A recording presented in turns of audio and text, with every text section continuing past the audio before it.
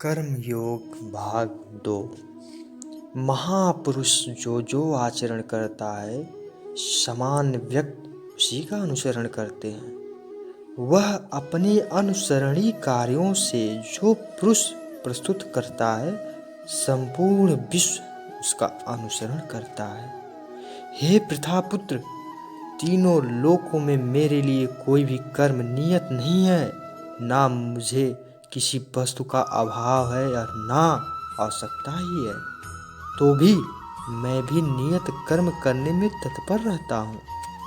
क्योंकि यदि मैं नियत कर्मों को सावधानी पूर्वक ना करूँ तो हे पार्थ, यह निश्चित है कि सारे मनुष्य मेरे पथ का ही अनुगमन करेंगे। यदि मैं नियत कर्म ना करूं तो ये सारे लोग नष्ट हो जाएं, तब मैं अवांछित जन समुदाय को उत्पन्न करने का कारण हो जाऊंगा और इस तरह संपूर्ण प्राणियों की शांति का विनाश बनूंगा।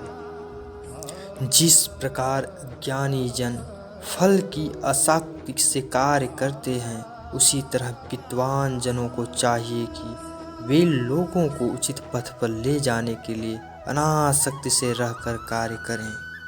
विद्वान व्यक्ति को चाहिए कि वह सकाम कर्मों में आसक्त अज्ञानी पुरुषों को कर्म करने से रोकें नहीं, ताकि उनके मन विचलित न हो, अपितु भक्ति भाव से कर्म करते हुए वह उन्हें सभी प्रकार के कार्यों में लगाएं जिसमें कृष्णा भाव नमृत का कर्मिक विकास हो। जीवात्मा अहंकार के प्रभाव से मोहग्रस्त होकर अपने आप को समस्त कर्मों का कर्ता मान बैठता है, जबकि वास्तव में वे प्रकृति के तीनों गुणों द्वारा संपन्न किए जाते हैं। हे महाभाव, भक्ति भावमय कर्म तथा सकाम कर्म के भेद को भली भांति जानते हुए जो परम सत्य को जानने वाला है, वह कभी भी अपने इंद्रियों में तथा इंद्र तृप्त में नहीं लगाता। माया के गुणों से मोहग्रस्त होने पर अज्ञानी पुरुष पूर्णतः भौतिक कार्यों में संलग्न रहकर उनमें आसक्त हो जाते हैं। यद्यपि उनके एक कार्य उनमें ज्ञानाभाव के कारण उधम होते हैं, किंतु ज्ञानी को चाहिए कि उन्हें विचलित ना करें।